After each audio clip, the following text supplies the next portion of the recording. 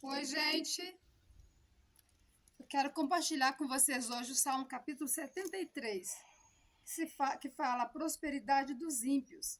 É o salmo de um dos adoradores do tempo de Davi, que se chama Asaf. O texto fala o seguinte: verdadeiramente bom é Deus para com Israel, para com os limpos de coração. Quanto a mim, os meus pés quase se desviaram. Pouco faltou para que se escorregassem os meus passos. Pois eu tinha inveja dos loucos quando via a prosperidade dos ímpios. Porque não há apertos na sua morte, mas firme está a sua força. Não se acham em trabalhos comuns como outra gente, nem são afligidos como outros homens. Pelo que a soberba os cerca como um colar. Vestem-se de violência como de adorno. Os olhos deles são inchados de gordura, e eles têm mais do que o coração poderia desejar. São corrompidos e tratam maliciosamente de opressão, falam arrogantemente. Põem as suas bocas contra os céus e as suas línguas andam pela terra. Por isso o povo dele volta aqui e águas de copo cheio se lhes espremem. E eles dizem: como sabe Deus? Há conhecimento no Altíssimo? Eis que estes são ímpios e prosperam no mundo, aumentam em riquezas. Na verdade, que em vão tenho purificado o meu coração e lavado as minhas mãos na inocência. Pois todo dia tenho sido afligido e castigado cada manhã. Se eu dissesse, falarei assim, eis que ofenderia a geração de teus filhos. Quando pensava em entender isto, foi para mim muito doloroso. Até que entrei no santuário de Deus. Então entendi eu o fim deles. Certamente tu os pusestes em lugares escorregadios. Tu os lanças em destruição. Como caem na desolação quando num momento ficam totalmente consumidos de terrores.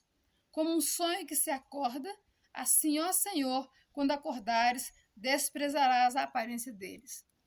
Assim o meu coração se azedou e sinto picada nos meus rins. Assim me embruteci e nada sabia. Fiquei como um animal perante ti. Todavia estou de contínuo contigo. Tu me sustentaste pela minha mão direita. Guiar-me-ás com teu conselho e depois me receberás na glória.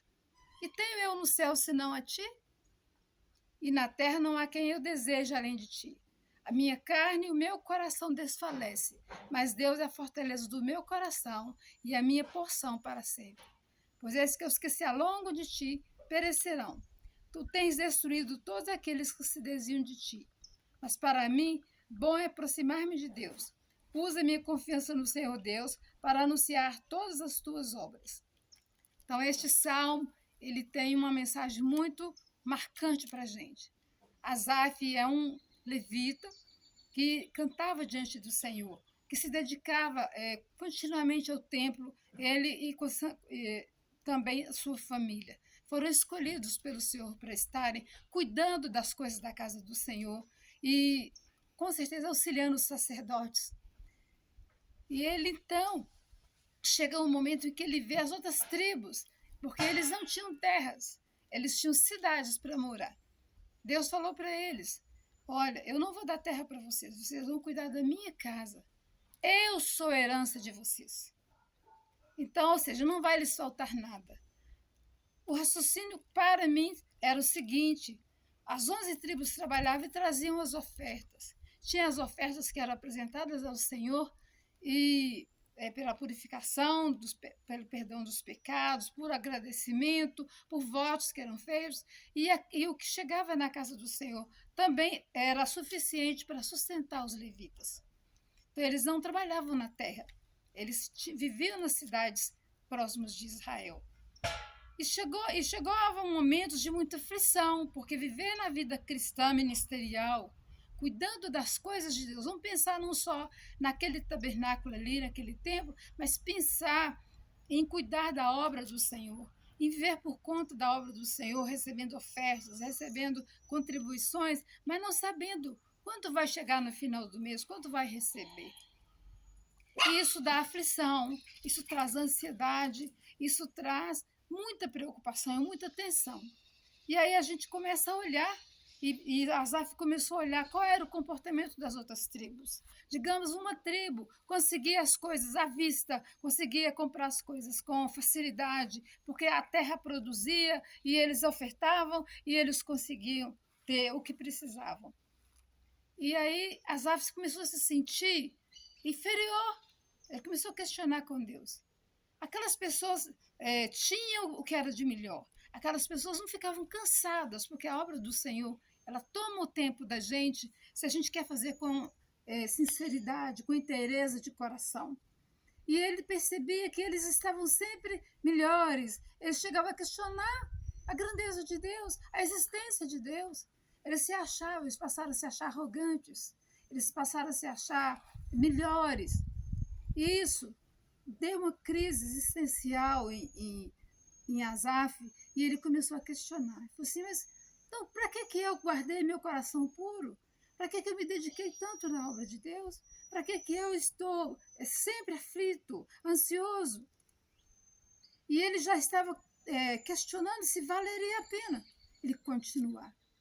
Aí no versículo que ele diz o seguinte, no versículo 17 ele diz, antes ele falou, quando pensava em entender isso, para mim foi muito doloroso. Quer dizer, quando ele pensou, ele questionou, ele ficou tentando pensar se valia a pena, foi doloroso. Até que ele entrou no santuário. Quando ele entrou no santuário de Deus, o Senhor fez ele ver qual era a diferença. Muitas daquelas pessoas a quem o Senhor tinha conferido prosperidade e de bens e facilidade no ter muitas coisas, não significava que eles eram completamente felizes, não significava que eles estavam posicionados diante de Deus. Deus tinha prometido, Deus tinha dado. E eles tinham que levar as ofertas e não lhes faltaria nada. Mas Deus mostrou que eram pessoas que, apesar de terem muito, não viviam tranquilos. Eles tinham medo de perder o que eles tinham. Eles se sentiam, a vida deles era meio que escorregadias, instáveis, estavam sempre apreensivos. Então, o ter muito e bondosamente ofertarem, mas eles tendo muito, não fazia falta, mas deixou eles não tão dedicados ao Senhor, como os levitas, era cobrado dos levitas. Mas, na verdade, Deus cobrava de todos aqueles que eram da nação de Israel. Então, quando Asaf chega no santuário de Deus, o Senhor faz ele entender essas coisas. Aí ele começa a pensar, gente, eles caem na desolação, a vida deles de repente cai de uma vez, eles são destruídos. E aí o coração dele foi acalmando. É como se ele estivesse dormindo, ou estivesse assim, completamente sedado, completamente fora de si, em fazer aqueles questionamentos tão duros e pensar que Deus era injusto com ele. E aí ele sentiu o seu corpo embrutecido, ele sentiu assim que ele não estava bem. Mas o Senhor foi fazendo ele entender. Ele tinha falado, eu estou sempre contigo. E aí ele começou a perceber a diferença que havia no coração dele. O Senhor estava sempre com ele, o Senhor sustentando ele pela mão direita, sustentando ele naquilo que ele precisava. Ele poderia não ter uma grande quantidade de bens, mas ele tinha o que ele precisava. E aí outra coisa que foi importante para ele é que o Senhor deixou claro para ele, e ele declarou, guiar-me-ás com teu conselho e depois me deixarás, me receberás na glória. Que tenho eu no céu senão a ti? E na terra não há quem deseje além de ti. Então, quando ele se deu conta disso, isso consolou o coração dele.